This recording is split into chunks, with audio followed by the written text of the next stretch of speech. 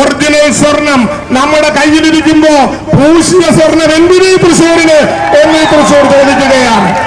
ഞാൻ നിങ്ങളിൽ ഒരാളായിരിക്കും, നിങ്ങളിൽ ഒരുവനായിരിക്കുന്നതോടൊപ്പം നിങ്ങളുടെ കൂടെ ഉണ്ടാകുന്ന കാര്യം ഇവിടെ പറയുകയാണ്.